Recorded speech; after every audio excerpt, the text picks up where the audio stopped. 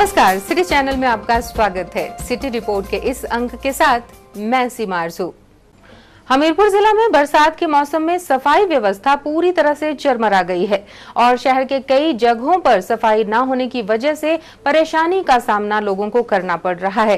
बरसात से बिगड़ रही नगर परिषद की समस्याओं को लेकर टैक्सी ऑपरेटरों ने खुद ही सफाई व्यवस्था का जिम्मा संभाल लिया है और अस्पताल चौक पर टैक्सी ऑपरेटरों ने खुद ही साफ सफाई की। साथ ही उन्होंने प्रशासन के प्रति अपना रोष भी व्यक्त किया है। हमीरपुर अस्पताल परिसर के पास सड़क और नालियों पर गंदगी की भरमार है और बरसात के मौसम में नालियों की सफाई न किए जाने की वजह से स्थानीय लोगों में रोष पनप रहा है। वहीं सफाई न किए जाने से परेशानी भी बढ़ रही है। गंदगी के आलम से निजात दिलाने के लिए रोषित टैक्सी ऑपरेटरों ने खुद ही सफाई व्यवस्था को अंजाम दिया ताकि इस मौसम में बदबू और बीमारियों से बचा जा सके। टैक्सी ऑपरेटरों का कहना है कि नालियों के बंद होने की वजह से समस्या गहराती जा रही थी और नगर परिषद द्वारा सफाई न करवाने से बीमारी फैलने का खतरा भी बना हुआ था। उन्होंने कहा कि जब भी इस बारे में नगर परिषद के पास शिकायत की जाती है तो जवाब संतुष्टिजनक नहीं मिलता। यहाँ पे इतनी गंदगी है, हॉस्पिटल के पास है, लोग इतने आ जा रहे हैं, इतना बड़ा बुरा हाल है। हमने अपने हाथों से ये गंद छुड़ाया, फिर ये थोड़ा फर्क पड़ा। ये तो इतना दुकानों के आगे देखिए कितना गंद पड़ा हुआ है और ये तो सारा बीमारी का घर है। नगर परिषद वाला तो देखो उनका काम है ये, हमें अपने अगर उनको बोलते हैं तो वो आगे से जवाब देते हैं उल्टा।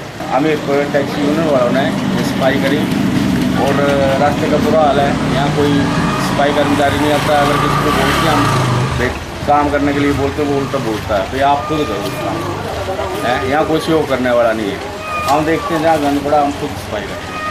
वहीं इस मुद्दे पर नगर परिषद के अध्यक्ष दीप कुमार बजाज ने कहा कि सफाई व्यवस्था के लिए नगर परिषद द्वारा प्रयास किए जाते हैं और अगर कुछ जगहों पर सफाई नहीं की जा रही तो वहां तुरंत सफाई करवाई जाएगी और अगर वहां पर तैनात कर्मचारी ड्यूटी में कोताही बरत रहा है तो उसके खिलाफ कड़ी कार्रवाई की जाएगी। नगर परिषद के कर्मचारी सभी नालियां या सड़कों का पूरा ध्यान रखते हैं और हम भी ऐसा निरीक्षण करते रहते हैं। जहाँ पर कोई ऐसी समस्या हो वहाँ हम उनको भेजते हैं और वो ये सफाई व्यवस्था को जो है वो अच्छी तरीके से करते हैं। लेकिन फिर भी कहीं पर कोई ऐसी समस्या आती है तो उनको हम फिर स्ट्रिक्टली कहते हैं कि इस काम को करके आओ, फिर हम देंगे। तो भी फिर ये ऐसे हो जाता है। अगर अस्पताल के सामने अगर ऐसी कोई समस्या है तो उससे मैं किसी दफ्तर से कोई जेई वगैरह को भेज दूँगा या मैं खुद भी देख लूँगा और इसका हम निजात करवाएंगे, वहाँ सफाई करवा देंगे। अगर कोई कर्मचारी ऐसे कहते हैं, किसी को डराते धमकाते हैं या ऐसी को बात करते हैं कि हम ये काम नहीं करेंगे तो उन पर भी हम कार्रवाई करेंगे। सिटी चैनल के लिए हमीरपुर से अरविंदर सिंह की रिपोर्ट। जनसंख्या बढ़ोतरी पूरे देश के लिए एक चुनौती बनता जा रहा है और जनसंख्या नियंत्रण पर हम किस तरह से काबू रख सकते हैं इस पर भी आए दिन मंथन और कार्य चलते रहते हैं। इसी को लेकर हमीरपुर जिला स्वास्थ्य विभाग द्वारा भी परिवार नियोजन और जनसंख्या नियंत्रण के तहत विश्व जनसंख्या पखवाड़ा का आयोजन किया गया, जिसमें महिलाओं को जनसंख्या वृद्धि से होने वाली समस्याओं के बारे में जागरूक किया गया। हमीरपुर के क्षेत्रीय अस्पताल परिसर में स्वास्थ्य विभाग द्वारा विश्व जनसंख्या पखवाड़ा के तहत परामर्श केंद्र के माध्यम से परिवार नियोजन के प्रति महिलाओं को जागरूक किया जा रहा है।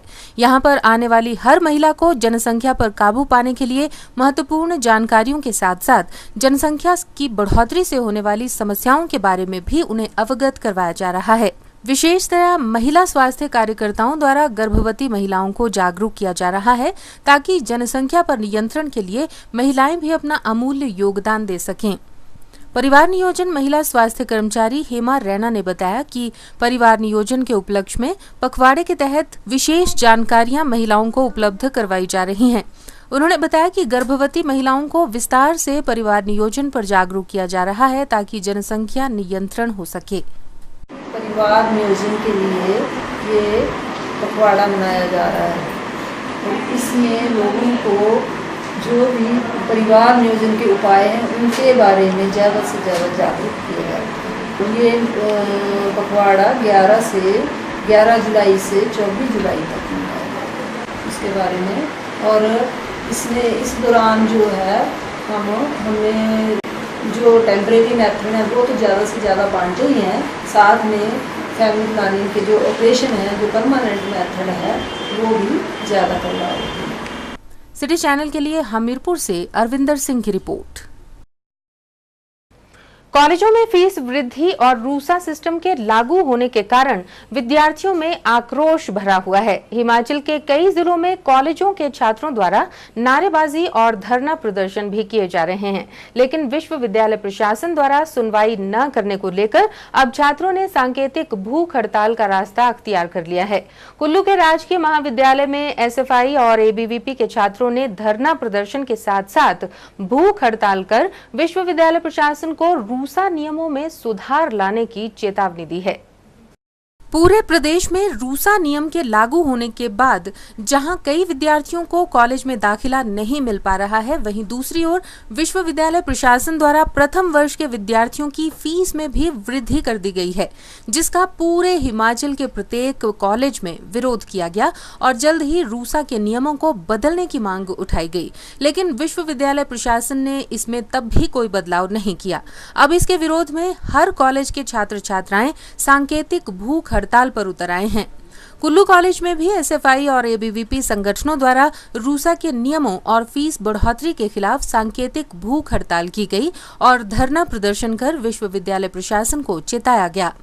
इस पर एसएफआई के महासचिव शेर सिंह ने कहा कि विश्वविद्यालय प्रशासन द्वारा शिक्षा को बेचने का प्रयास कर इसे निजीकरण की तरफ धकेलने का कार्य किया जा रहा है, जिसके खिलाफ एसएफआई द्वारा आंदोलन किया जा रहा है। उन्होंने कहा कि अगर फीस कम करने के साथ रूसा को जल्द बंद नहीं किया गया तो संगठन द्वारा पूरे प्रदेश स्तर पर उग्र प्रदर्शन किया जाएगा और इसकी पूरी जिम्मेदारी विश्वविद्यालय प्रशासन की होगी। जी, अगर आप पूरे प्रदेश के अंदर जो आपका ये शिक्षा को बेचने का एक प्रयास है, जिस तरह से आप निजीकरण की तरफ पूरे विश्वविद्यालय को धकेलना चाहते हैं, उसके खिलाफ एसएफआई पूरे प्रदेश के स्तर पर आंदोलन कर रही है। हिमाचल प्रदेश विश्वविद्यालय ने एक तुगलका फरमान जारी करने की कोशिश की है, वो है 35% फीस वृद्धि।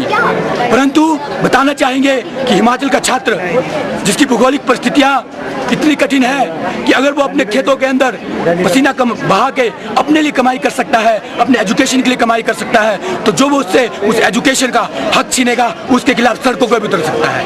आज एसएफआई इस रैली के माध्यम से पूरे प्रदेश सरकार को और प्रदेश विश्वविद्यालय को एक चेतावनी देती है कि अगर उन्होंने शीघ्र इस रूसा को बंद नहीं किया और जो 35% फीस वृद्धि का उनका प्रस्ताव है उसको खत्म नहीं किया, तो पूरे प्रदेश के स्तर पर एक उग्र आंदोलन होगा, जिसकी पूरी जिम्मेवारी यूनिवर्सिटी प्रशासन, प्रदेश सरकार की होगी। वहीं एबीवीपी के कैंपस प्रेसिडेंट दिलीप वशिष्ठ ने बताया कि एबीवीपी द्वारा रूसा को लेकर 16 जुलाई से धरना प्रदर्शन करने के साथ साथ सांकेतिक भूख हड़ताल भी की जा रही है और अगर जल्द ही उनकी मांगे नहीं मानी जाती तो वे इसी तरह भूख हड़ताल पर बैठे रहेंगे। भारतीय विद्यार्थी परिषद पिछले वर्ष से लेकर जब से रूसा सिस्टम लागू हुआ है, कुल्लू महाविद्यालय तथा अन्य महाविद्यालयों के अंदर भी रूसा के खिलाफ आवाज़ उठा रही है तथा धरना प्रदर्शन तथा भूख हड़ताल पे लगी रही है।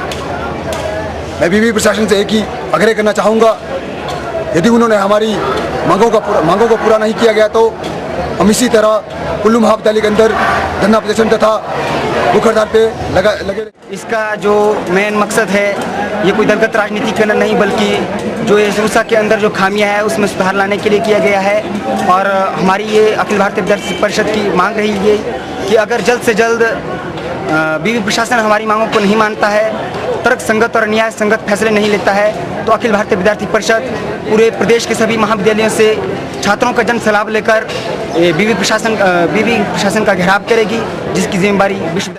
सिटी चैनल के लिए कुल्लू से मनमिंदर अरोड़ा के साथ अजय राणा की रिपोर्ट। चंबा के शिक्षण प्रशिक्षण संस्थान में सर्व शिक्षा अभियान और राष्ट्रीय माध्यमिक शिक्षा अभियान की समीक्षा बैठक का आयोजन किया गया। इस बैठक में जिला में इन योजनाओं के तहत हो रहे कार्यों पर चर्चा हुई और उपायुक्त ने इन योजनाओं के तहत हुए कार्यों का ब्यौरा मांगा। बैठक के दौरान उपायुक्त ने जिला में शिक्षा के स्तर को सुधारने के लिए हर प्रकार से कार्य करने की बात कही। सर्व शिक्षा अभियान व राष्ट्रीय माध्यमिक शिक्षा अभियान की समीक्षा बैठक का आयोजन चंबा के शिक्षण प्रशिक्षण संस्थान में किया गया। बैठक की अध्यक्षता उपायुक्त चंबा संदीप कदम ने की। बैठक में शिक्षा उपनिदेशक, सभी बीआरसीसी व सभी बीपीईओ, विभिन्न स्कूलों के मुख्याध्यापक और डीपीओ एसएसए सुमन कुमार मिन्हास उपस्थित रहे। बैठक में विभिन्न योजनाओं के तहत हो रहे कार्यों पर चर्चा की गई। वहीं जिला में संचालित 8 बाल बालिका आश्रमों में मूलभूत सुविधाएं प्रदान करने, बालिका सुरक्षा योजना के पात्र बच्चों को दिए जाने वाले वित्तीय लाभ पर भी चर्चा हुई।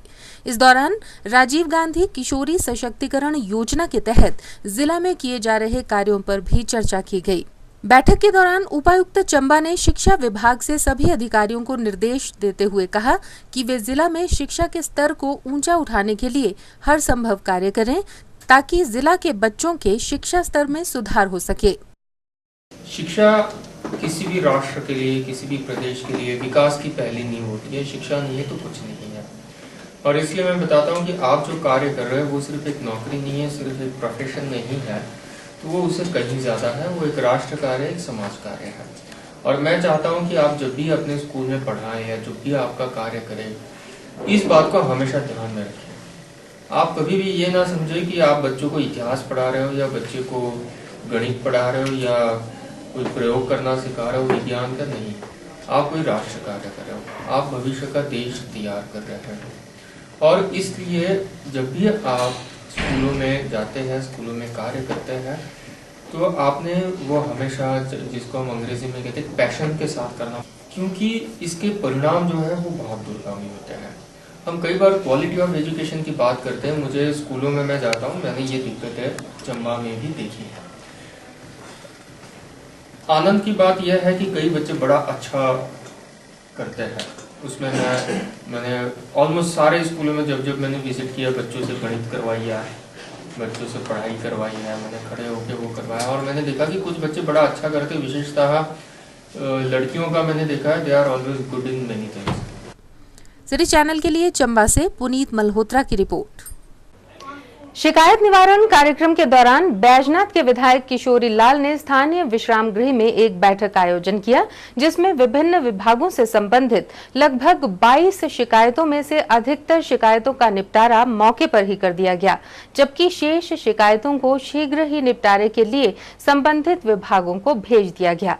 विधायक ने कहा कि शिकायत निवारण कार्यक्रम के दौरान खुला दरबार हर पंचायत में लगाया जाएगा ताकि अधिक से अधिक लोगों की शिकायतों का निपटारा किया जा सके। बैजनाथ के विधायक किशोरी लाल ने बुधवार को स्थानीय विश्राम गृह में शिकायत निवारण कार्यक्रम का आयोजन किया। इस मौके पर विधायक ने सभी विभागों को आदेश दिए कि लोगों की समस्याओं को प्राथमिकता से लेते हुए इनका समयबद्ध निष्पादन करें, ताकि आम आदमी को किसी प्रकार की समस्या का सामना न करना पड़े। उन्होंने कहा कि बैजनाथ विधानसभा क्षेत्र का सर्वांगीण विकास उनकी सर्वोच्च प्राथमिकता है। उन्होंने लोक निर्माण विभाग को क्षेत्र की सड़कों के सुधार एवं बेहतर रखरखाव के आदेश भी दिए। विधायक किशोरीलाल ने कहा कि बैजनाथ सड़क की स्ट्रीट लाइट्स बहुत दिनों से बंद रहने के कारण आम जनता परेशान हो रही है। उन्होंने विभाग को आदेश देते हुए कहा कि अगर पंचायत बिल अदा नहीं करती तो जल्दी ही उनके नाम का मीटर लगवाकर हर महीने बिल की अदायगी वे खुद करेंगे, ताकि अंधेरे से लोगों को निजात मिल सके। उन्होंने ये भी कहा कि शहर का कूड़ा करकट फेंकने के लिए जल्द ही डंपिंग साइट का प्रबंध किया जाएगा। बैजनाथ विधानसभा चुनाव क्षेत्र के अंतर्गत जो जन समस्याएं हैं और उनके निवारण के लिए हमने कार्यक्रम चलाया हुआ है। मेरी कोशिश होगी मैं हर पंचायत में पहुंचूं। अगर ये संभव ना हो सका तो 2, 3, 4 पंचायतों को मिला के एक जगह बैठकर लोगों की समस्याओं को सुनेंगे और उसका उसी वक्त समाधान किया जाएगा, ताकि लोगों को परेशानी ना आए। और जो शिकायतें यहाँ आई हैं कुछ का निपटारा तो हुआ है, कुछ संबंधित विभागों को सौंप दी गई है। मुझे पूरी उम्मीद है जिन विभागों से संबंधित शिकायतें यहाँ आई हैं उन विभागों के अधिकारी शीघ्र समस्याओं को दूर करेंगे, निपटाएंगे, ताकि लोगों को ये जो हमारा कार्यक्रम है इसके प्रति एक आस्था बने और अधिक से अधिक लोग जन समस्याएं लेकर आएं उनका हम यहाँ समाधान करें। विधायक ने कहा कि शिकायत निवारण कार्यक्रम खुला दरबार हर पंचायत में लगाया जाएगा ताकि अधिक से अधिक लोगों की शिकायतों का निपटारा किया जा सके। सिटी चैनल के लिए बैजनाथ से कमल गुप्ता की रिपोर्ट। राजधानी शिमला से संबंध रखने वाली सुषमा वर्मा को इंग्लैंड दौरे के लिए महिला क्रिकेट की राष्ट्रीय टीम में चयनित किया गया है। सुषमा वर्मा हिमाचल प्रदेश की पहली महिला क्रिकेटर हैं जो टीम इंडिया में शामिल हुई हैं। सुषमा दाएं हाथ की बल्लेबाज और एक विकेट कीपर हैं और विभिन्न राष्ट्रीय प्रतिस्पर्धाओं में भारत और हिमाचल प्रदेश का प्रतिनिधित्व कर चुकी हैं। प्रदेश की राजधानी शिमला से संबंध रखने वाली सुषमा वर्मा को महिला क्रिकेट की राष्ट्रीय टीम के लिए चयनित किया गया है जो इंग्लैंड का दौरा करेगी। सुषमा वर्मा प्रदेश की पहली महिला क्रिकेटर हैं जो टीम इंडिया में शामिल हुई हैं। गौरतलब है कि सुषमा वर्मा 3 नवंबर 1992 को शिमला जिला के सुन्नी गांव में पैदा हुई थीं। सुषमा वर्मा का कहना है कि वे पहले बास्केटबॉल खेला करती थीं। उन्हें क्रिकेट में खासी रुचि नहीं थी, लेकिन जब वे हिमाचल प्रदेश क्रिकेट संघ अकेडमी में क्रिकेट सीखने गईं, उसके बाद उनकी रुचि इस खेल में बनी। उन्होंने कहा कि उन्हें उनके घर से हमेशा सपोर्ट मिला है और आज वे जिस मकाम पर हैं, उनके घर वालों का इसमें बहुत बड़ा योगदान है। मैं as a wicket keeper batsman खेल रही हूँ, तो पहली बार फर्स्ट एक्सपीरियंस मेरा ये होगा कि मैं अपने इंडिया के टॉप अच्छे प्लेयर्स के साथ खेलूँगी। बहुत जिनको हम अपना आइडल मान के चल रहे थे उनके साथ खेलने को मिलेगा, वो आपके टीममेट्स उनके साथ ड्रेसिंग रूम शेयर करने को मिलेगा। तो मेरा यही कोशिश रहेगी कि ज़्यादा से ज़्यादा अपना अच्छा परफॉर्म करूँ और जितने भी लोग हमसे अच्छी उम्मीदें लगाए बैठे हैं उनकी उम्मीदों पे खरा उतरे। घर वाले तो सब कुछ आज उन्हीं लोगों की वजह से है। घर वाले हमेशा सपोर्टिव रहते हैं। उनका तो यही कहना है कि आप जो भी कर रहे हो, जिस भी फील्ड में जा रहे हो, बस अपना 110% दो। अपना हम लोगों का भी नाम रोशन करो, जहाँ से आप हो उस जगह का भी नाम रोशन करो, जितने लोग आपके साथ जुड़े उनका भी नाम रोशन करो। तो उनका हमेशा सपोर्ट उन्हीं लोगों का रहा है आज तक, यहाँ तक। सिटी चैनल के लिए धर्मशाला से मृत्युंजय पुरी की रिपोर्ट। सोलन के यूको ग्रामीण स्वरोजगार प्रशिक्षण संस्थान द्वारा शिक्षित बेरोजगार महिलाओं के लिए ड्रेस डिजाइनिंग पर आधारित 21 दिवसीय प्रशिक्षण शिविर आयोजित किया जा रहा है। इस शिविर में सोलन ब्लॉक की करीब 25 युवतियां भाग ले रही हैं। यूको ग्रामीण स्वरोजगार प्रशिक्षण संस्थान सोलन द्वारा बेरोजगार महिलाओं के लिए ड्रेस डिजाइनिंग पर आधारित प्रशिक्षण शिविर आयोजित किया जा रहा है। 21 दिन तक चलने वाले प्रशिक्षण शिविर में यूको आरसीटी के अधिकारियों सहित अनुभवी शिक्षकों द्वारा ड्रेस डिजाइनिंग के बारे में प्रशिक्षित किया जा रहा है। युवतियों और महिलाओं को प्रशिक्षित कर उन्हें स्वरोजगार स्थापित करने के लिए प्रेरित करना संस्थान का मुख्य उद्देश्य है। यूको आरसीटी के निदेशक बीएस चावला ने बताया कि प्रशिक्षण शिविर में अनुभवी शिक्षकों द्वारा इन महिलाओं को नवीनतम तकनीक से प्रशिक्षित किया जा रहा है और संस्थान द्वारा उद्यमिता विकास हेतु प्रशिक्षुओं को प्रेरित किया जाता है, जिससे कि युवतियां स्वरोजगार स्थापित कर आत्मनिर्भर बन सकें। 21 दिवसीय महिला ड्रेस डिजाइनिंग का कोर्स चल रहा है, जिसमें हम नवीनतम टेक्निक से युवाओं को प्रशिक्षण दे रहे हैं। वह इसमें स्किल डेवलपमेंट के अलावा हम एंटरप्रेन्योरशिप डेवलपमेंट पर भी बल देते हैं, ताकि जो ये लड़कियां यहाँ से जो भी सीख के जाएं अपना कार्य स्थापित कर सकें और अपने पैरों पे स्वयं खड़ी हो सकें। इसके विषय में हम उन्हें विभिन्न तरीकों से ट्रेनिंग देते हैं, जैसे ring toss exercise, entrepreneurship development की कॉम्पिटेंसीज और कई और एक्सरसाइजेज से उन्हें सिखाने की कोशिश करते हैं, ताकि उन्हें अपना उद्योग स्थापित करने के लिए मोटिवेट कर सकें। सिटी चैनल के लिए सोलन से दयाराम कश्यप के साथ सोम मेहता की रिपोर्ट। भारतीय जनता पार्टी कसुम्पटी मंडल और शिमला ग्रामीण मंडल के कार्यकर्ताओं ने मंडल अध्यक्ष राजेंद्र चौहान की अध्यक्षता में नगर निगम कार्यालय के समक्ष मर्ज्ड एरिया से 6 साल का बकाया टैक्स वसूलने के विरोध में धरना प्रदर्शन किया।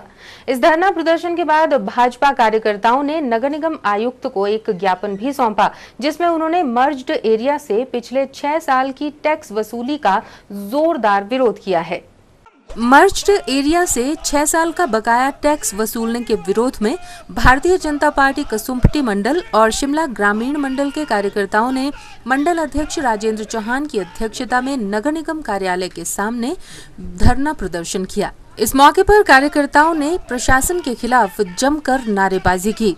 कसुम्पटी मंडल अध्यक्ष राजेंद्र चौहान ने कहा कि जब से कसुम्पटी और शिमला ग्रामीण क्षेत्र नगर निगम में जोड़े गए हैं, तब से लेकर आज तक उन क्षेत्रों में नगर निगम ने एक फूटी कौड़ी भी खर्च नहीं की है और विकास के नाम पर लोगों को मूर्ख बनाया जा रहा है।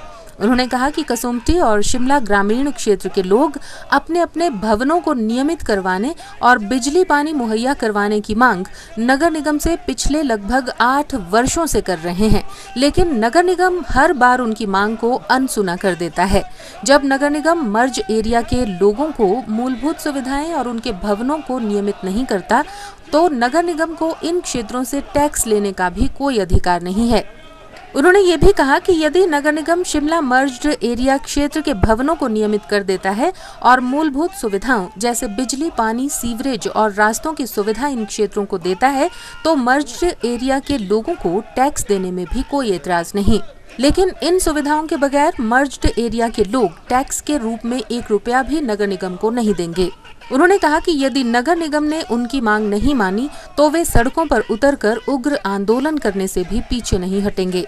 हमको सरकार ने जबरन नगर निगम में अंदर लिया और उसके बाद हमको ऐसे इस स्थिति में छोड़ दिया कि हमारे भवन तब से लेकर आज तक नियमित होने को हैं।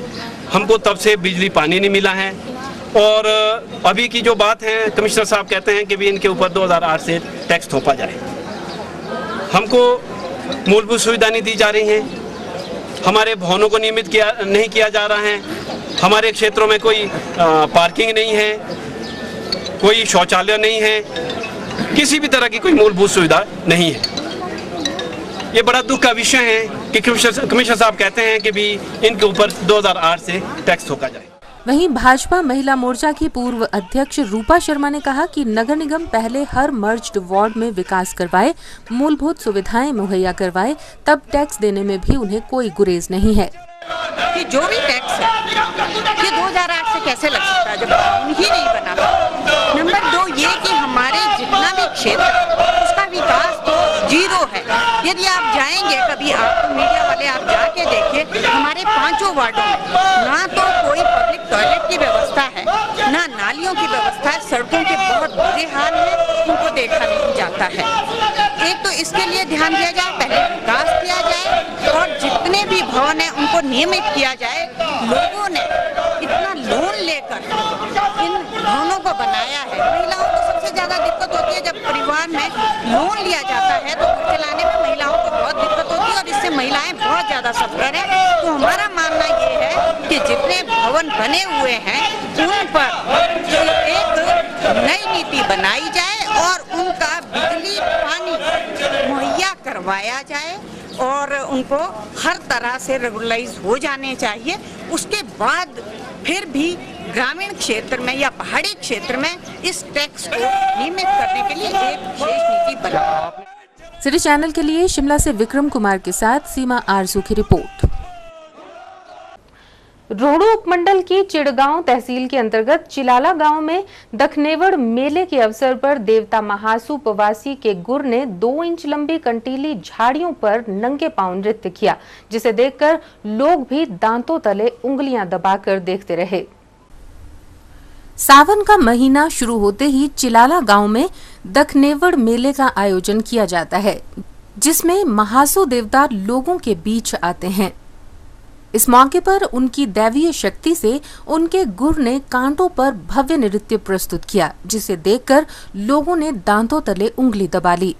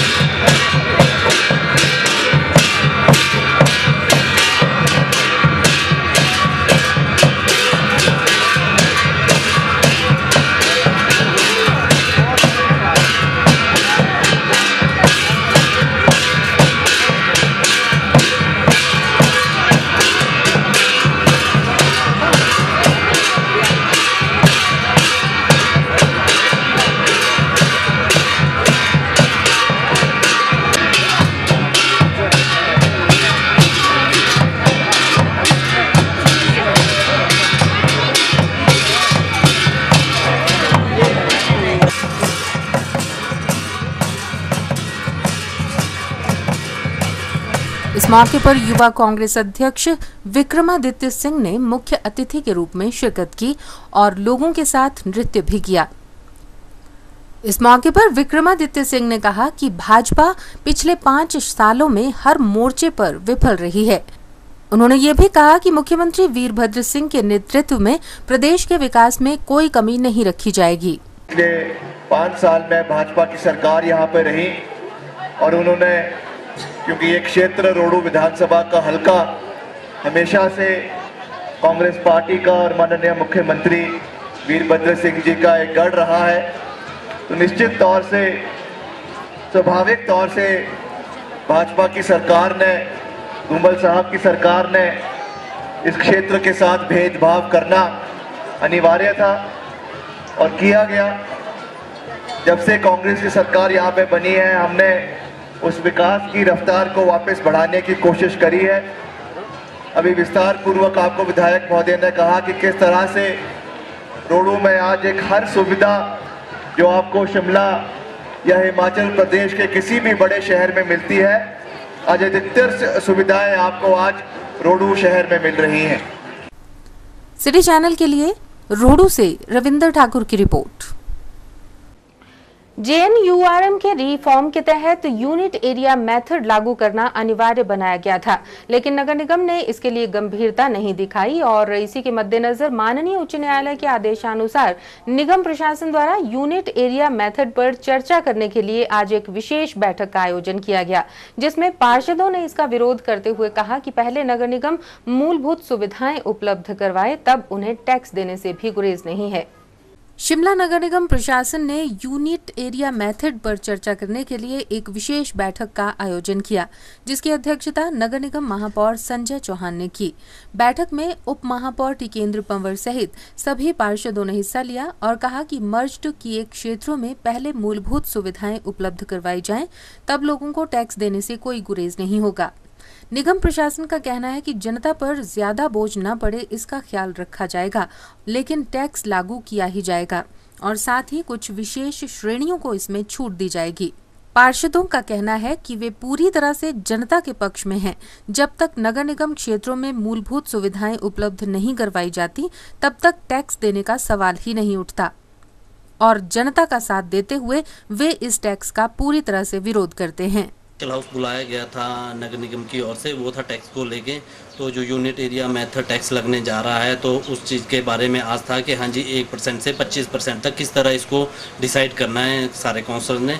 तो वो जो वार्ड पहले टैक्सेस देते हैं वो उनके लिए हमने क्या डिसाइड करना था। हमारे वार्डों में तो ना आज तक कभी टैक्स लगा है, ना हम चाह रहे कि हम लगे, ना हमारी जनता चाह रही है कि टैक्स लगे, क्योंकि जो मर्ज्ड एरिया जो जेएनयूआरएम की जो ग्रांट आती थी, वो चौथी ग्रांट भी आधी आई जो पिछला सदन था। इस सदन में तो एक भी ग्रांट नहीं आई है। तो वो जो हम इसका विरोध इसलिए करते हैं, हमारे एरिया में कोई नहीं, ना डेवलपमेंट के नाम पे कोई कुछ नहीं हो रहा, ना बिल्डिंगें रेगुलाइज्ड है और पानी सारे कमर्शियल 40 हज़ार रुपये पानी के बिल आ रहे हैं। तो हमारे लोग, अगर हम लोगों को फैसिलिटी देंगे तो हम भी टैक्स देने के लिए तैयार है। हम नहीं कह रहे कि हाँ जी टैक्स नहीं दे, क्योंकि बगैर टैक्स के सिस्टम चल नहीं सकता है। हम देने को तैयार है, लेकिन हमारी बिल्डिंगें रेगुलाइज किए जाए। जनता के साथ है, हमारा वार्ड है, वार्ड नंबर 6 है, तो वहाँ पे पूरे पब्लिक हमारे साथ है, जिन्होंने हमारे को यहाँ चुन के भेजा है। उनका पूरा विरोध है कि जब तक वहाँ पे सीवरेज सिस्टम और टेंशन पॉलिसी नहीं आती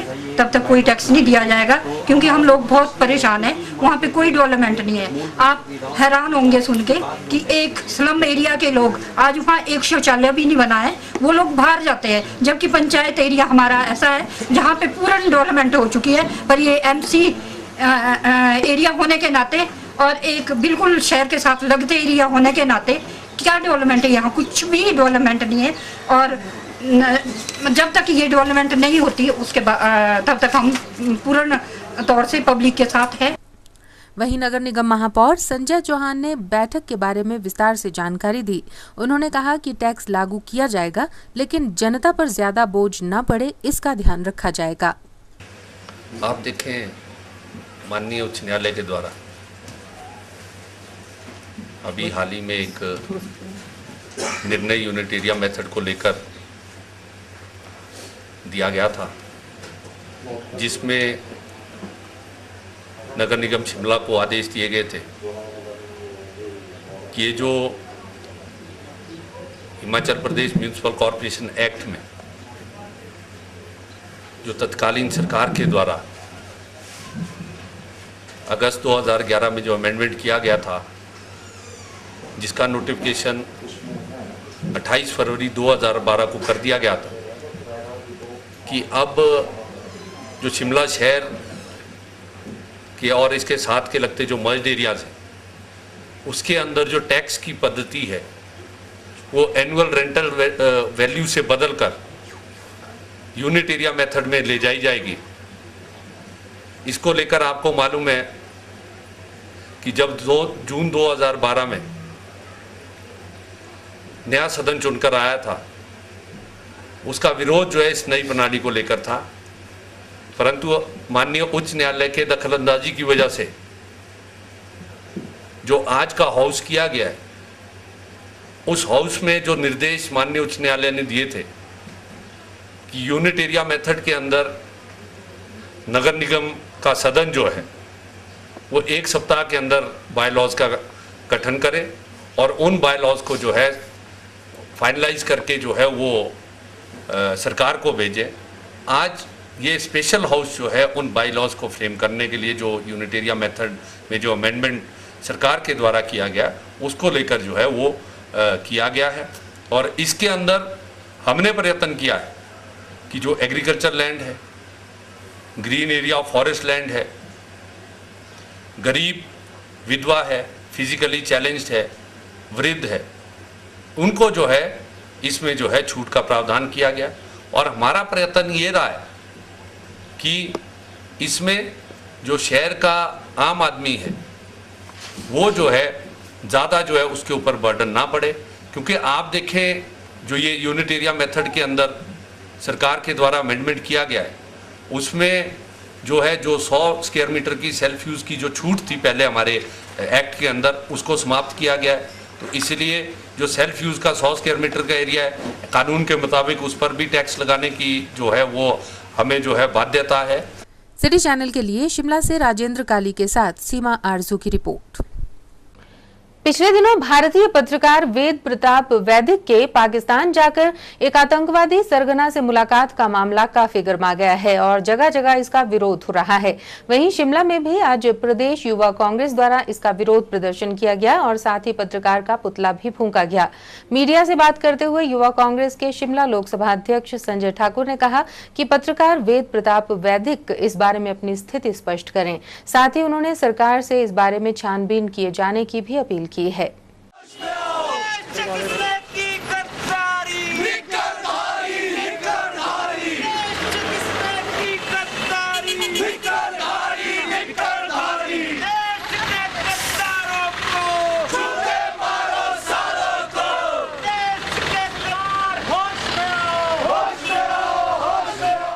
शिमला लोकसभा युवा कांग्रेस के द्वारा आज एक पत्रकार वेद प्रकाश वैदिक जो कि आरएसएस और भाजपा से संबंध रखते हैं, वेद प्रताप वैदिक जी, आपने देखा है कि अभी कुछ समय पहले वे पाकिस्तान में जाके एक ऐसे सरगना एक आतंकवादी से मिले, अफजल सईद से उन्होंने मुलाकात की।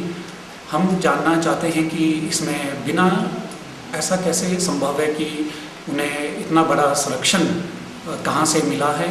हम केंद्र सरकार से हमारा निवेदन है कि वो इस बारे में अपनी स्थिति को स्पष्ट करें और युवा कांग्रेस उनके इस मुलाकात का एक इतने बड़े आतंकवादी से मिलना जो एक मोस्ट वांटेड आतंकवादी है और वो अपनी स्थिति को स्पष्ट करें। और आज उनके ऊपर वाराणसी के एक एक्टिविस्ट ने उनके ऊपर एफआईआर भी दर्ज की है, जो कि अभी 6 तारीख को उसकी हियरिंग होनी है। हम चाहते हैं कि उनके पीछे जो आरएसएस और भाजपा का जो संरक्षण है वो अपनी स्थिति को स्पष्ट करें। सिटी चैनल के लिए शिमला से विक्रम कुमार के साथ सीमा आरजू की रिपोर्ट। सिटी रिपोर्ट के इस अंक में फिलहाल इतना ही। प्रदेश भर की ताजा तरीन जानकारी के लिए देखते रहिए सिटी चैनल। नमस्कार।